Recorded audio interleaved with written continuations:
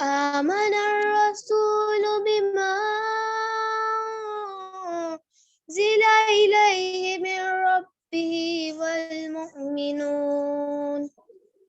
كل آمن بالله وملائكته وكتبه ورسله لا نفرق بين أحد من رسله وقالوا سمعنا وأطعنا غفرانك ربنا وإليك المصير لا يكلف الله نفسا إلا وسعها لها ما كسبت وعليها ما اكتسبت ربنا لا تؤاخذنا إن نسينا أو أخطأنا ربنا ولا تحمل علينا إصرا كما حملته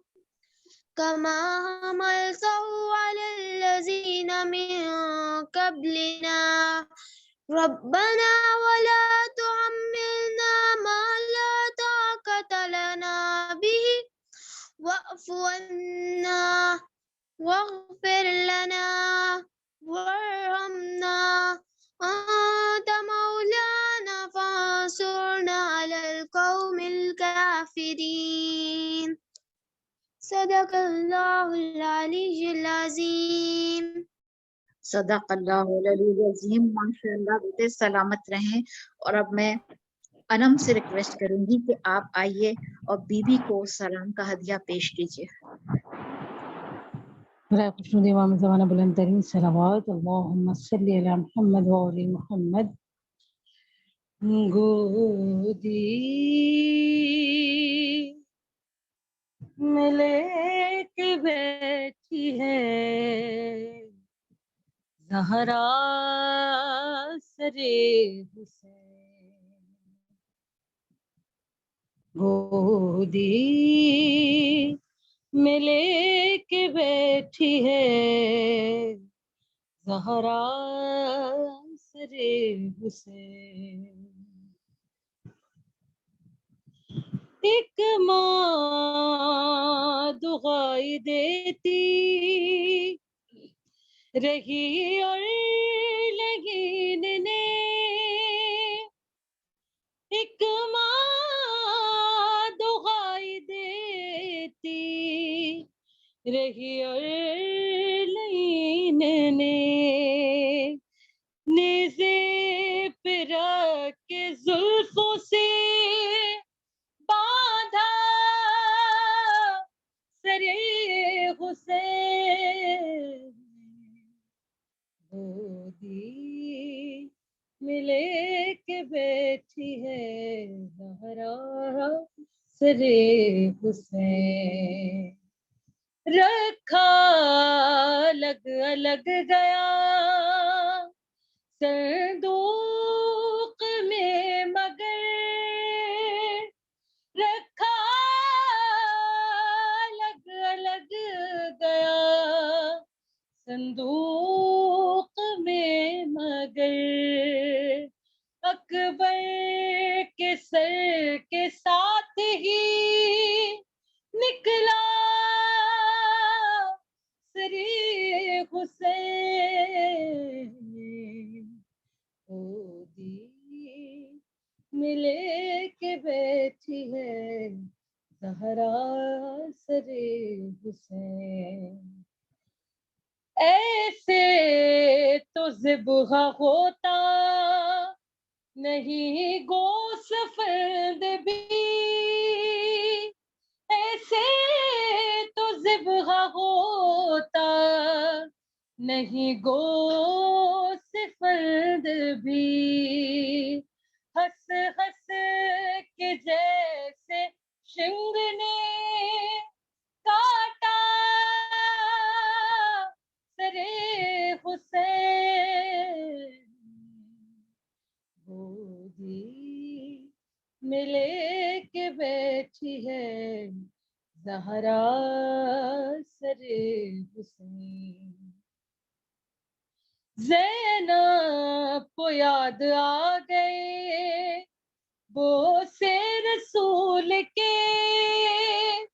زینب کو یاد آ گئے بوسے رسول کے. ارے راہوں میں پتھروں نے جو چوما سرے حسین. گودی میں لے کے بیٹھی ہے زہرا سرے حسین. صلوات محمد وآل محمد.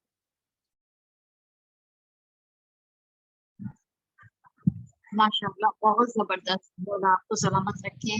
اور اب میں ریکویسٹ کروں گی، آج ہماری سسٹر بشرا جعفری کراچی سے ہمیں اپنے علم سے مصروف کرے گی. اور ماشاءاللہ سے آج جن ٹاپکس کے اوپر بات کریں گی بہت ہی حسین، بہت خوبصورت، اور آج کل کی اہم ضرورت کے مجلس کے بیچ میں اگر اذان ہو جائے تو بانیان محفل کی کیا ذمہ داری ہے. اور اس کے علاوہ بہت اہم ٹاپکس کے اوپر بات کروں گی. ٹائم ضائع کیے بغیر میں چاہوں گی کہ فوراً آپ تشریف لائیں اور ہمیں اپنے علم سے مصروف کریں.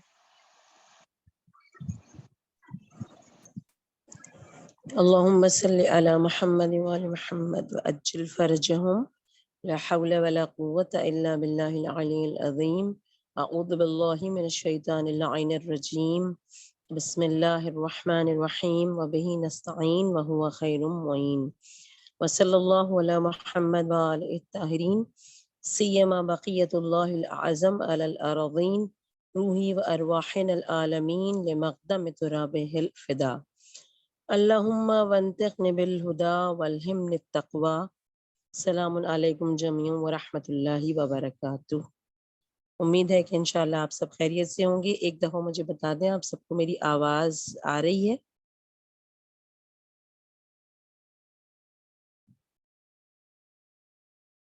پلیز کوئی بتائے گا مجھے میری آواز آ رہی ہے سب کو؟ جی بالکل آپ کی آواز سب کو آ رہی ہے. جی ٹھیک ہے، بہت شکریہ.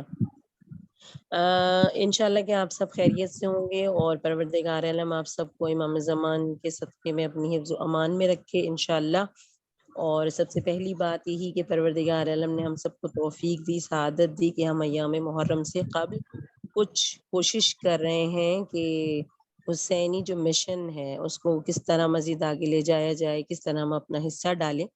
اور یہ کوشش یقینی طور پر رائے گا نہیں ہے، کیونکہ سورہ نجم کی آیت نمبر 39 میں خدا نے بہت ہی وثوق سے میرے اور آپ کے لیے فرمایا لیس للانسان الا ما سعی. کسی کو کچھ نہیں ملے گا ہاں مگر جو کوشش کرے. تو میں اور آپ کوشش کر رہے ہیں تو انشاءاللہ تعالی خدا کی بارگاہ سے بہت کچھ ہمیں ملے گا. اب اس کے بعد میں اسی طور یہ ضرور عرض کرنا چاہوں گی، یہ جو پورا گروپ ایک بہت ہی مینج طریقے سے ارینج کیا گیا اور بہرحال جو بھی لوگ اس سے جو ہے مستفید ہو رہے ہیں اور ہمارے جیسے کم علم بھی اپنی جو بھی علمی لحاظ سے کچھ گفتگو ہمارے پاس ہے آپ کی خدمت میں پیش کریں. یہ سب کچھ کرنا ایک جو ہے جدوجہد میں شامل ہے. یہ جدوجہد انشاءاللہ تعالی مجھے اور آپ سب کو قدم بوسی امام زمان تک انشاءاللہ تعالی لے کر جائے.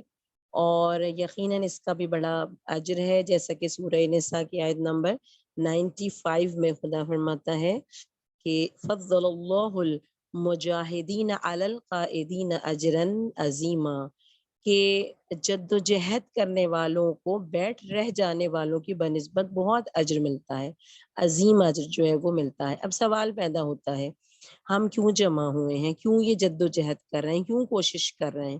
اس کے لیے میں شہید باقر الصدر کا وہ جملہ ضرور استعمال کرنا چاہوں گی جنہوں نے فرمایا کہ عاشورہ کی تفسیر احیاء ضمیر قرار دی گئی ہے.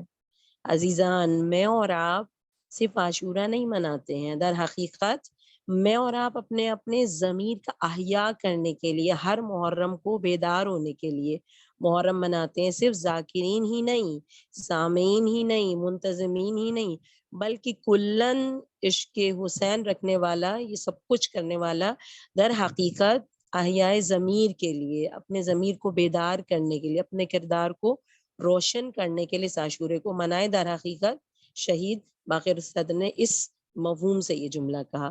اب بغیر کسی تمہید کے جو دو نکات میں نے اپنے بہت خلیل سے علم سے لے کر اس پہ تھوڑی سی کچھ کوشش کی ہے کہ آپ کی خدمت میں بیان کروں، انشاءاللہ کہ آپ سب جو موجود ہیں اور جنہوں نے بیان کر دیا ہے بیان کریں گے، ان سب کا علم سے کہیں زیادہ ہے، لیکن پھر بھی پہلا نقطہ جو میرے پاس ہے کہ نماز دوران مجلس اگر جو ہے وہ نماز کا وقت آ جائے تو کیا کیا جائے۔ نماز اور عزاداری میں تصادم کیا جائز ہے؟ سب سے پہلا سوال ہم اپنے آپ سے کریں اور ہم ان تمام شیعوں سے کریں جن جو لوگ جو ہے اس معاملے میں ہر سال کچھ نہ کچھ جو ہے بہرحال اختلافات کرتے ہیں۔ پہلی چیز، جب ہم سب سے پہلے زیارت وارثہ کی طرف آتے ہیں، اسی مولا حسین ابا عبداللہ الحسین کو سلام کرنے، جن کی محبت میں، جن کے عشق میں یہ مطلب عزاداری جاری و ساری ہے۔ زیارت وارثہ آج شب جمعہ آپ سب نے ماشاءاللہ پڑھی ہوگی، وہ جملہ کس قدر مجھے اور آپ کو واضح کر رہا ہے، اشہد انک قد اقمت الصلاۃ وآتیت الزکاۃ وامرت بالمعروف ونہیت عن المنکر واطعت اللہ ورسولہ حتی اتاک الیقین۔ ہم گواہی دے رہے ہیں، خود گواہی دے رہے ہیں کہ آپ نے نماز کو قائم کیا، لیکن اگر دوران نماز ہم دوران عزا ہم نماز کو قائم نہیں کر رہے تو کیا ہم حسین کے عاشقان میں شامل ہیں؟ کہ ہم واقعاً ان کی عزاداری کا حق ادا کر رہے ہیں؟ اور یہ آپ چیزیں دیکھیں کہ امام عالی مقام نے نماز کو مقدم کیا اور اپنے نفس یعنی جان کو مؤخر کیا ہے، یعنی اول ان کے لیے نماز ہے، اول ان کے لیے زکوٰۃ ہے، ان کے لیے امر بالمعروف و نہی عن المنکر ہے، اور اللہ اور رسول کی اطاعت، یہاں تک کہ یقین یعنی کہ تفاسیر قرآن میں یقین کے معنی انہوں نے موت کو گلے لگایا۔ تو یہ سب چیزیں انہوں نے مقدم کی اور اپنی جان کو مؤخر کیا، پہلی بات۔ اچھا، جب نماز قائم کی اس کہہ لیں باپ نے کہ جن کے لیے ہم زیارت وارثہ میں گواہی دیتے ہیں، تو اسی کے بیٹے نے یزید کے جو ہے یعنی کہ دربار میں جب اذان ہوئی ہے، اور ہوئی کیا یعنی کہ دی گئی، ان سب کو معلوم تھا کہ اب کیا ہوگا، اگرچہ امام سجاد اپنی حقانیت کا اعلان کر رہے تھے ٹھیک، لیکن دشمن کے دربار میں بھی، ہماری مجلسیں اپنوں میں ہو رہی ہوتی ہیں، دشمن کے بھی دربار میں مولا نے جیسے ہی اذان کا آغاز ہو، مولا نے اپنی گفتگو کو روک دیا، خاموش ہو گئے۔ مجھے نہیں معلوم، یہ سب چیزیں مستقل ہم سنتے چلے جاتے ہیں، سامعین بھی ذاکرین بھی پڑھتے ہیں، لیکن کیوں یہ تصادم بہت عرصے سے عزاداری اور نماز میں چلتا چلا رہا ہے۔ اچھا، مجھے نہیں پتا باہر ملکوں میں تو الحمدللہ اچھا کچھ ہوگا، یہاں کراچی میں ایک مجلس میں جو کہہ لیں گئی شرکت کرنے کے لیے، مثالیں دینا ضروری ہے تاکہ ہم اپنی بات کو واضح کر سکیں۔ ذاکرہ جو مجلس جو ہے وہ پڑھ رہی تھی، اہل سنت کی اذان جو ہے شروع ہوئی، اس ذاکرہ کے جملے ممبر سے ان کی اذان میں رکھا ہی کیا ہے، what does it mean، ان کی اذان میں کیا رکھا ہے، جو اشہد ان لا الہ الا اللہ بھی کہہ رہے، یعنی ہمارے امام تو اس کے دربار میں جو شرابی ہے، ہاں جو قاتل امام وقت ہے، اس کے دربار میں اذان ہو رہی ہے تو مولا خاموش ہو گئے، اور ہم کہتے ہیں ان کی اذان میں کیا رکھا۔ اہل سنت ٹھیک ہے عزادار نہیں ہے وہ نہیں، لیکن آپ یہ دیکھیں اللہ کی ربوبیت کا، معبودیت کا اعلان کر رہے ہیں، رسول اللہ کی نبوت کی گواہی دے رہے ہیں، اگرچہ علی ولی اللہ اس میں نہیں ہے، حی علی خیر العمل نہیں ہے، لیکن جب ممبر سے ایک ذاکرہ یہ کہے گی، سامعین کا کیا عالم ہوگا، کیا ہم امام سجاد سے اونچے لوگ ہیں؟ بہرحال میں نے اس مقام پر اگلے دن، وہاں میری بھی مجلس تھی اسی ایریا میں نے اس کا جواب دیا اچھی طرح جو مجھ سے کہہ لیں کہ جو ہے وہ ممکن ہوا۔ اب سوال پیدا ہوتا ہے کہ ہمیں کرنا کیا ہے۔ سب سے پہلے فقہی مسئلہ، آیت اللہ سیستانی کے حوالے سے بہت ہی معذرت کے ساتھ عزادار ہیں، شیعان حیدر کرار ہیں، لیکن اب بھی ہماری یعنی کہ مکتب کہہ لیں تشیع میں ایسے لوگ ہیں جو کہ تقلید سے دور ہیں، جنہیں تقلید معلوم بھی نہیں یا معلوم ہے تو اسے بہت زیادہ ایک عام سی چیز سمجھتے ہیں، جس کا ثبوت مجھے جب میں حج پہ گئی تو مجھے ملا کہ ہم امام زمانے کی تقلید میں ہیں۔ بہرحال اللہ تعالیٰ ہم سب کو ہدایت دے۔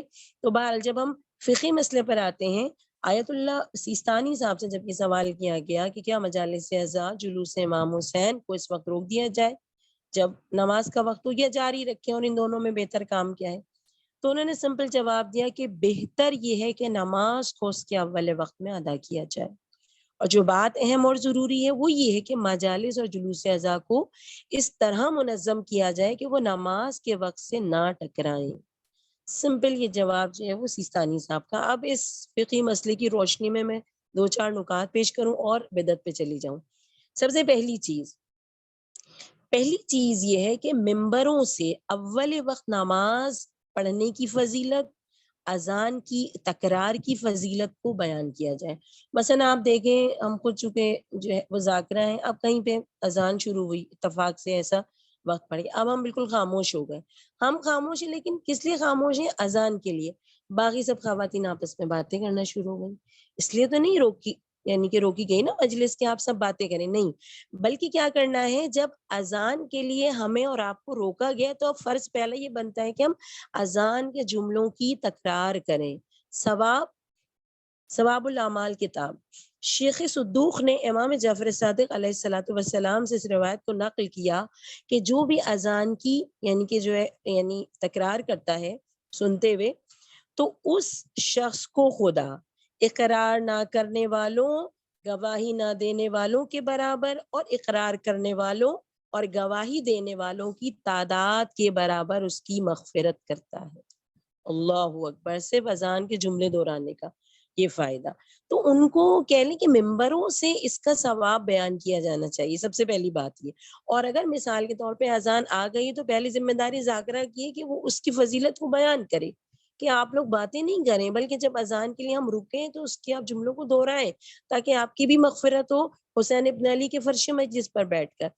پھر اول وقت نماز کے پڑھے جانے کی فضائل و برکات اور اس کی یعنی سارے کہہ لیں کہ جو ایک وہ ہے اس کو بیان کیا جانا چاہیے۔ مثلا میں 2 مثالیں دوں اور پھر آگے چلی جاؤں۔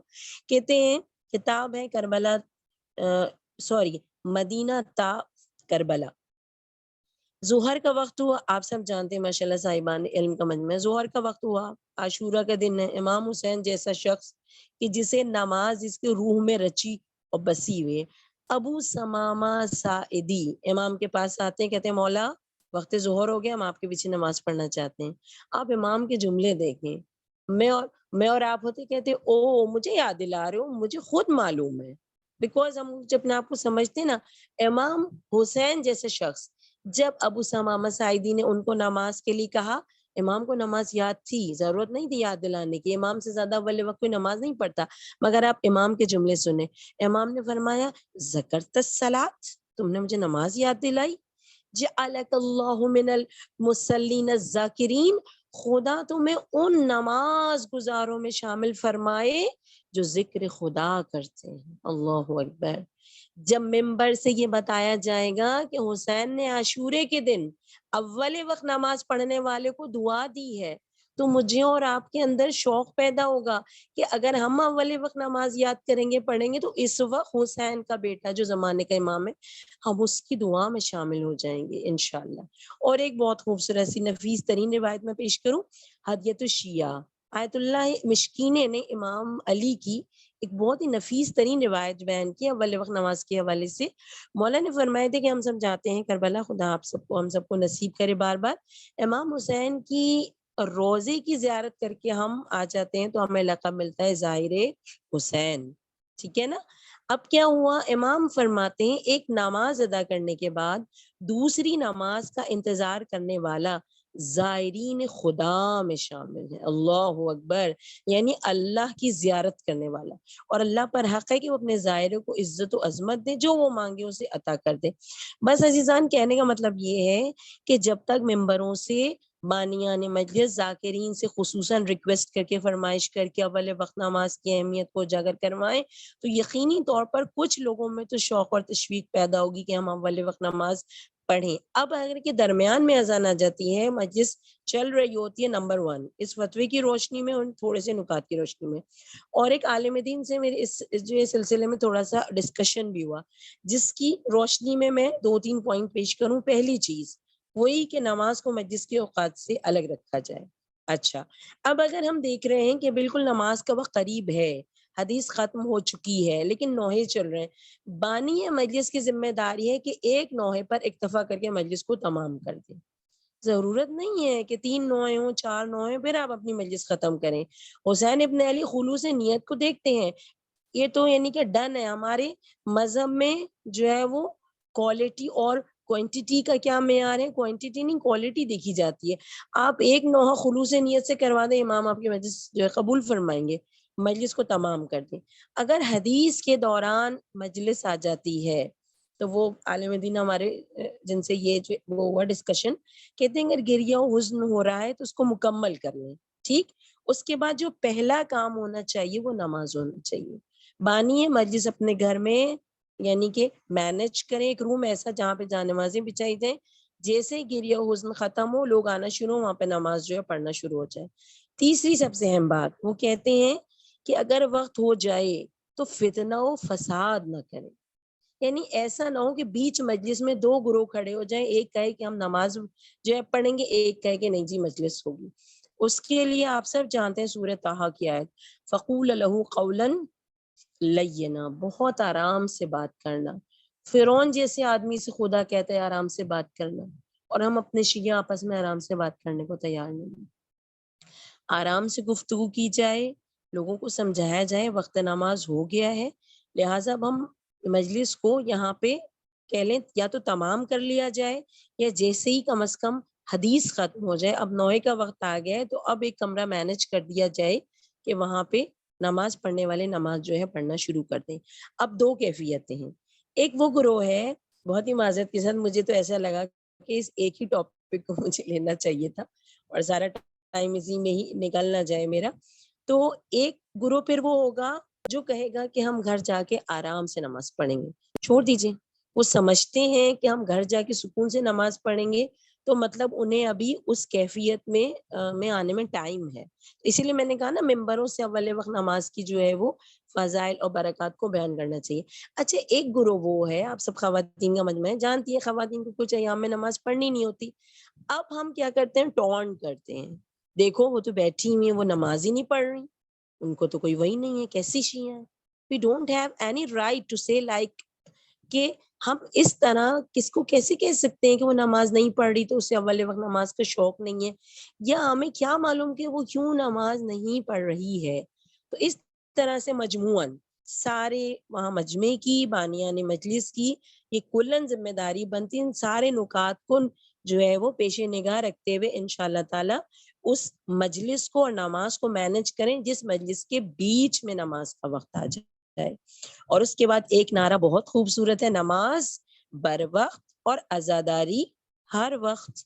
تو پتہ چلا کہ یہاں سے جو ہے وہ ہم اس چیز کو کولن کام ہو کر کوشش کر سکتے ہیں کہ یہ چیزیں آپس میں تصادم نہ کریں.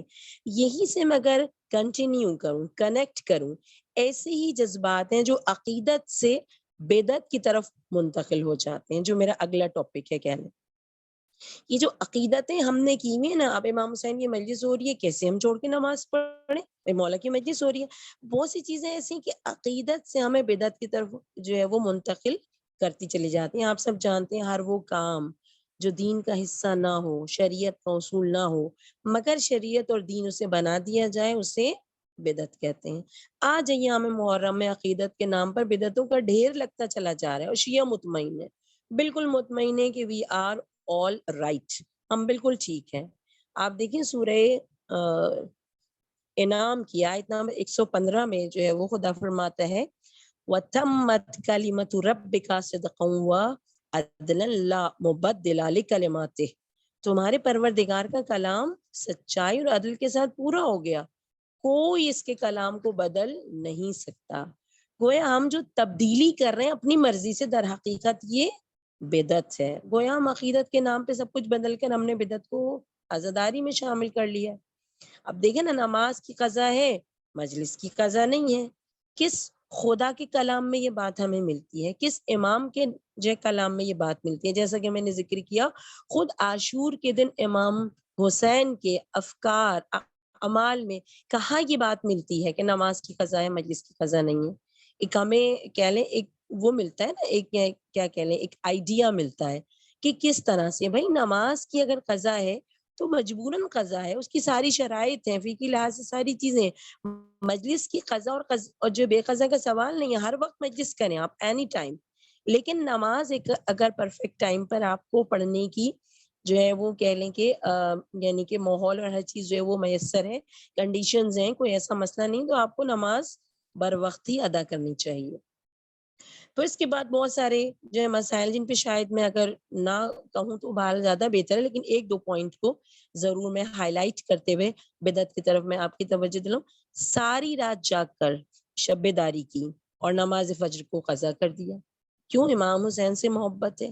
کیسی محبت ہے امام حسین سے جو آپ کی زندگی میں بدعت شامل کر رہی ہے کہ امام کی عزاداری تو رات بھر کی لیکن نماز فجر قضا کر دی کہ آپ سونے جا رہے ہیں۔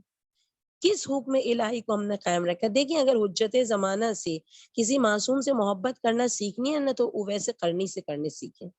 حجت زمانہ رسول خدا، شدید محبت، ملنے کی آرزو، لیکن جب مدینے پہنچے رسول نہیں تھے، عشق کی تڑپ بہت تھی، مگر ماں نے کہا تھا ٹھہرنا نہیں ہے میری خاطر، یعنی میں تنہا ہوں تو ماں رک جاؤ گے تو ظاہر سی بات ہے ماں تنہا رہے گی، ٹھہرنا نہیں۔ اب کیا جانتے تھے ماں کی نافرمانی اگر کی تو وہ رسول کی بھی نافرمانی ہوگی اور خدا کی بھی نافرمانی ہوگی۔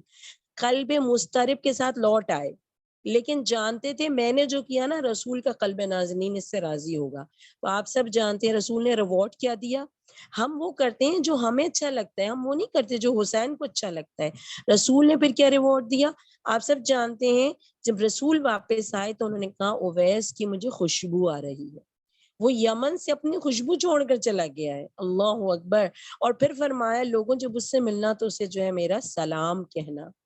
ایسے اگر کوئی عشق کے حجت زمانہ میں گرفتار ہو تو پھر پتہ چلتا ہے کہ وہ واقعاً شریعت پر عمل کرنے والا ہے۔ آج کون کہہ سکتا ہے کہ ہم وہ کریں جو حسین چاہ رہے ہیں؟ ایک اور مثال دوں، 2-3 مثالیں۔ 7 محرم آپ سب جانتے ہیں منت کے لیے پھل اٹھایا جاتا ہے، ٹھیک ہے، یہ ایک الگ کیس ہے ابھی جو باقی اور چیزیں 7 محرم کے حوالے سے۔ منت کے لیے پھل اٹھایا، ٹھیک ہے بھائی اٹھا لے، اب کیا ہے، اب سارا سال یہ پھل نہیں کھانا۔ کس شریعت سے آپ کو یہ حکم ملا ہے؟ خدا نے قرآن میں سورہ تحریم کی آیت نمبر 1 میں فرمایا یا ایھا النبی لما تحرم ما احل اللہ، اے نبی آپ اس شے کو کیوں ترک کریں جس کو خدا نے آپ کے لیے حلال کر دیا۔ ہمارے پاس ابھی تک کوئی ایسی شریعت نہیں آئی ہے کہ اگر منت کے لیے آپ کوئی پھل اٹھائیں تو آپ سارا سال نہ کھائیں، جبکہ وہ حلال غذا ہمارے لیے۔ صرف 2 صورتوں میں آپ کے لیے حلال غذا حرام ہے، ایک روزے کی صورت میں جب آپ روزہ رکھیں تو حلال غذا بھی آپ کے لیے حرام ہے، افطار سے اور سحر جو آپ کا پورا ٹائم ہوتا ہے اس کے درمیان، اور ایک اس وقت فقہی لحاظ سے جب کہتے ہیں حرج کا مسئلہ ہو، یعنی آپ کی جان پر ہو، ڈاکٹر نے آپ کو منع کیا اگر آپ یہ حلال غذا کھائیں گے آپ کی صحت کو نقصان ہوگا اور آپ کی موت کا خطرہ ہے، صرف اس وقت ہمارے لیے حلال غذا جو ہے وہ حرام ہو جاتی ہے۔ یہ تمام عزاداری سے منسلک چیزیں، تابوت، علم، ذوالجناح، یہ سب ہمارے لیے شعائر اللہ ہے، کیونکہ یہ حسین ابن علی سے منسوب ہے، اس عاشورے کے دن کی یادیں ہیں، ٹھیک، یہ سب اپنی جگہ۔ اچھا ان املاک کی جو حسین کے لشکر میں موجود تھی، لیکن اب ہم نے کیا کیا، اس سے آگے چلے گئے ہم۔ اب کیا حضرت علی اصغر کے نام پہ بکرا ذبح ہوا، اس کا خون لگایا جا رہا ہے کہ شفا ہوگی۔ بہت معذرت کے ساتھ جس طرح شرک جلی اور خفی میں ایک باریک سفر کہا جاتا ہے، انسان سمجھتے ہیں ہم تو شرک جلی نہیں کر رہے لیکن وہ خفی کے ذریعے کیا شرک کر رہا ہوتا ہے، اس طرح عقیدت و بدعت میں بھی شاید جو ہے باریک سفر ہے۔ اگر آپ سب مجھ سے جو ہے وہ اتفاق رائے کریں، جس عمل سے کسی واجب کی مستحب کی خون نہ ہو وہ خود ساختہ ہے، جو نہ صرف ہمارے عمل کو بلکہ حسین نے جتنی محنت کر کے دین جو بچایا نا اس دین کو بھی نقصان اور شر پہنچانے کے لیے کافی ہے۔ شرح نہج البلاغہ امیر المومنین کا کلام، کوئی بدعت ایسی نہیں جس سے سنت ترک نہ ہوئی ہو، لہٰذا بدعتوں سے بچتے رہو، واضح رستے پہ چلتے رہو، کیونکہ اور ہمت طلب امور افضل ہوتے ہیں، نہیں ایجاد شدہ بدعتیں شر پیدا کرتی ہیں۔ عزیزان یہاں پہ امام کا کلام ختم ہوا، لیکن ایک جملہ ضرور کہوں گی، خود وجود علی اصغر توسل ذات علی اصغر شفا کے لیے کافی ہے، نہ کہ بکرے کا خون۔ شرح نہج البلاغہ میں ابن الحدید معتزلی نے امیر شام کی 2 بدعتیں لکھی جو مشہور ہیں۔ کیا کیا اس نے؟ کیا کہتا تھا، میں دین کا کہہ لیں کہ میں رسول کا جو ہے وہ خلیفہ ہوں نا، آپ سب جانتے ہیں، شام کے لوگوں پر اتنا تسلط اس نے قائم کر لیا کہ لوگ اس کی اندھی اطاعت کرنے لگے.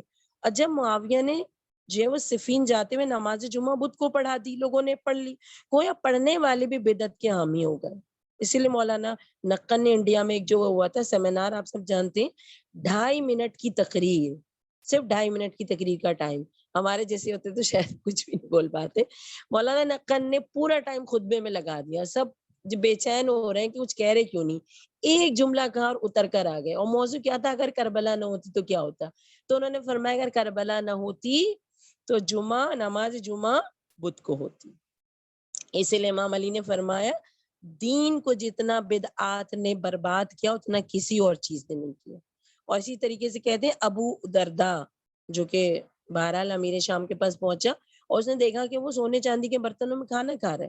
تو انہوں نے کہا کہ پیغمبر سے میں نے سنا ہے جو کوئی سونے چاندی کے برتنوں میں کھائے پیے جہنم کی آگ اس کو اپنے پیٹ میں بھرے گا. تو معاویہ نے کہا کہ مجھے سونے چاندی کے برتنوں میں کھانے میں کوئی برائی نظر نہیں آتی. آپ آج دیکھیں، ہم آج محرم میں آپ کسی کو کسی چیز کے لیے تھوڑا سا روکیں ٹوکیں تو کہتے ہیں ہمیں تو کوئی برائی نظر نہیں آتی، ہم تو مولا کی محبت میں کر رہے ہیں. درداء نے کہا عجیب بات ہے، پیغمبر کا حکم نقل کر رہا ہوں اور تم اس کے فرمان کے خلاف بات کر رہے ہو. اسی لیے رسول اللہ کی ایک حدیث ہے، رسول اللہ نے فرمایا میزان الحکمہ سے پیش کر رہی ہوں، بدترین امور بدعتیں ہیں، یاد رکھو ہر بدعت گمراہی اور ہر گمراہی جہنم میں لے کے جاتی ہیں. چیک یور سیلف کہ ہم ڈیورنگ دا محرم جو کریں اپنی مرضی سے کریں یا حسین ابا عبداللہ حسین کی مرضی سے کریں، کیونکہ حسین کی جو مرضی وہی خدا کی مرضی ہے. اسی لیے اصول کافی کی ایک حدیث ہے، پیغمبر نے فرمایا ہے کہ مطلب ہم دیکھیں نا، ہم اپنی مرضی سے کریں، ہم سمجھ رہے ہیں ہم سب کچھ صحیح کر رہے ہیں، پھر ہم کہتے ہیں اللہ تعالیٰ ہمیں معاف کر دینا. بدعت کرنے والے کی توبہ کبھی خدا قبول نہیں کرتا، اصول کافی کی حدیث میں پیغمبر نے فرمایا. اب بس آخری میرے جملے آپ کی زحمتوں کو میں تمام کروں. بدعت سے کیسے رکا جائے؟ سوال پیدا ہوتا ہے، ہم سب کچھ کیے چلے جا رہے ہیں بس اپنی مرضی سے. بدعت سے کیسے رکا جائے؟ 2 اہم ترین نقطے امام علی مقام ابا عبداللہ حسین کے جملوں کی روشنی میں. پہلی بات، ہر دل میں عقیدہ یہ مضبوط کرنا ہے، راسخ کرنا ہے کہ ہمارا کوئی بھی کام، کسی بھی کام کا اللہ کے بغیر تصور نہیں ہے. چونکہ یہ سارے کام ہم اپنے نفس کے لیے کر رہے ہیں، لہٰذا اللہ تو ہے ہمارے پاس، لیکن بہت معذرت کے ساتھ جب ہم یہ ساری بدعتیں کر رہے ہوتے ہیں نا تو پھر پتہ نہیں اللہ کہاں ہوتا ہے، کہ ہمارا عقیدہ، ہمارا نفس بس ہم ہوتے ہیں. تو کیا کہا کہ اللہ کے تصور کے بغیر نہیں ہے، ساری چیزیں عقیدہ توحید کے گرد گھوم رہی ہیں. اچھا مثال دوں، نبی کا کلمہ پڑھیں رسول اللہ، وہاں بھی اللہ ہے. علی کا کلمہ پڑھیں ولی اللہ، وہاں بھی اللہ ہے. حسین کی بات کریں تو سار اللہ، وہاں بھی اللہ ہے. کیسے ہم اپنے عقیدے کو دین کا نام دے سکتے ہیں؟ محور عقائد اسلامی تو توحید کا نظریہ ہے. اسی لیے عقیدت کرنا، بدعت سے دور رہنا اس حسین سے سیکھیں کہ جس کی عزا میں ہم آ رہے ہیں، اس کا شرف ہمیں ملا ہے. سنیے کس طرح حسین کی عقیدت ہے جو واقعاً عقیدت ہے خدا کی بارگاہ میں، اور وہ بدعت نہیں ہے نعوذ باللہ، بلکہ واقعاً عقیدت ہے. 2 جملے بہت خوبصورت نورانی جملے امام حسین کے. پہلا جملہ امام حسین فرماتے ہیں حونا علی ما نزل بی انہ بعین اللہ، یہ مصیبت مجھ پر آسان ہو جاتی ہے جب میں سنتا ہوں کہ اللہ مجھے دیکھ رہا ہے. اللہ اکبر. میں کیوں یہ عاملوں کے پاس جاؤں؟ ہاں، میں کیوں یہ بکرے کا خون لگاؤں؟ کیونکہ میرے اندر اب یہ عقیدہ راسخ ہی نہیں ہوا. میری مصیبت ہے، سب کچھ ہے، میرا خدا مجھے دیکھ رہا ہے، اور میرے پاس تو توسل کرنے کے لیے 4 معصومین اور خاندان نبوت ہے، ان کا 6 مہینے کا اصغر بھی کافی ہے. تو امام کیا کہہ رہے ہیں؟ بس میرے لیے آسان ہے. یہ امام کا عقیدہ بھی ہے اور عقیدت بھی ہے. اللہ اکبر. اگر میں کم علم یہ جملہ کہوں تو مجھے یہ جملہ مطلب اپنے علم کے لحاظ سے بہت ہی بہترین جملہ لگتا ہے کہ امام علی مقام کا یہ عقیدہ بھی اور عقیدت بھی ہے کہ مجھ پر آسان ہو جاتی مصیبت کیوں کہ مجھے اللہ دیکھ رہا ہے. اب ایک اور بہت خوبصورت جملہ مولا کا، اور بس میں نے اپنے بیان کو تمام کیا. مولا کہتے ہیں سب کچھ قربان کرنے کے بعد جب انسان کے اندر اضطراب ہوتا ہے، آپ دیکھیں ہمارے اندر جب جو ہے کسی بھی وجہ سے پرابلمز آ رہی ہوتی لگاتار اضطراب، مگر حسین سب کچھ قربان کرنے کے بعد اطمینان کی کیفیت میں کہتے ہیں، اور یہ شعر کہتے ہیں ترکت الخلق طرا فی ہواک اے اللہ میں نے ساری مخلوق کو تیرے لیے چھوڑ دیا. ہم تو اللہ کے لیے کیا حسین کے لیے اپنا نفس نہیں چھوڑ پا رہے, اپنے نفس کی خواہشات نہیں چھوڑ پا رہے, ان نفس کی خواہشات میں ان بدعتوں کی طرف چلے جا رہے ہیں جن کا حسین اور اللہ سے کوئی تعلق نہیں ہے. اور حسین مجھے اور آپ کو سکھا رہے ہیں پروردگار میں نے تیری محبت میں ساری مخلوق کو چھوڑ دیا. آخری جملہ, ہم خواتین کی محفل ہے نا, خواتین وہ ہیں کہ اگر اپنے میں, اور بہت ہی معذرت کے ساتھ یہ جو بدعتوں کی ایجاد ہے نا ہماری اس عزاداری میں بھی, اس میں مردوں کا بہت حصہ نہیں ہے, ہم خواتین کا حصہ زیادہ ہے. یہ جو ہم خواتین ہیں نا, اگر ہم کمال معیار پہ چلے جائیں تو خدیجہ, اور اگر پستی معیار پہ آ جائیں تو جعدہ, جو حسن جیسے شوہر کو بھی زہر دے دے. امام راحل امام خمینی اسی لیے کہتے ہیں کہ عورت وہ کردار ادا کر سکتی ہے جو دنیا کا کوئی شخص کردار ادا نہیں کر سکتا. اسی لیے ایک یورپین جو ہے محاورہ ہے, the hands that rock the cradle are the hands that rules the world. اس کا مطلب یہ ہوا کہ ہم خواتین ہیں جو عزاداری کے ذریعے اس نسل کو اس مقام پر پہنچا سکتی ہیں بدعتوں سے دور ہو کر, شریعت کو, عقیدت کو, عقائد کو اتنا مضبوط کر کے کہ انشاءاللہ ہم اور ہماری نسلیں حسین کے لال امام زمان کے قدموں میں پہنچ جائیں اور ان کی زیارت کر لیں. وصلی اللہ علی محمد و آلہ الطاہرین. خدا سے دعا ہے پروردگار عالم ہم سب کی اس عبادت کو اپنے بارگاہ میں قبول فرمائے.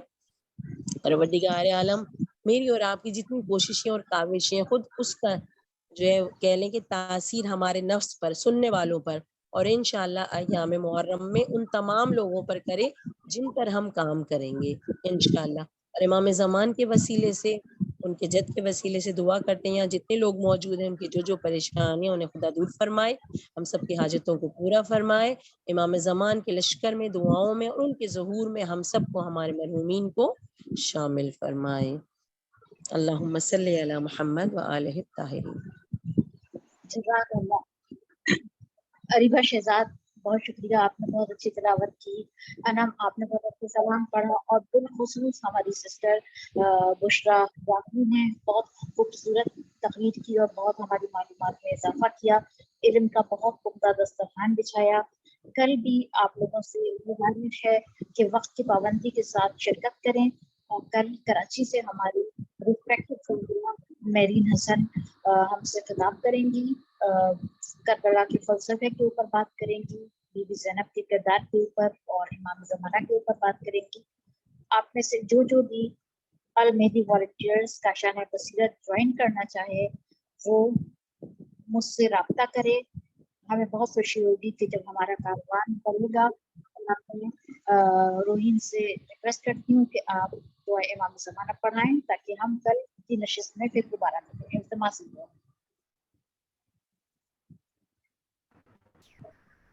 بسم اللہ الرحمن الرحیم. اللہم کل ولیک حجت ابن الحسن صلواتک علیہ وعلی آبائہ فی ہذہ الساعة وفی کل ساعة ولیا وحافظا وقائدا وناصرا ودلیلا وعینا حتی تسکنہ ارضک طوعا وتمتعہ فیہا طویلا برحمتک یا ارحم الراحمین. اللهم صل على محمد وعلى محمد وجل فرجهم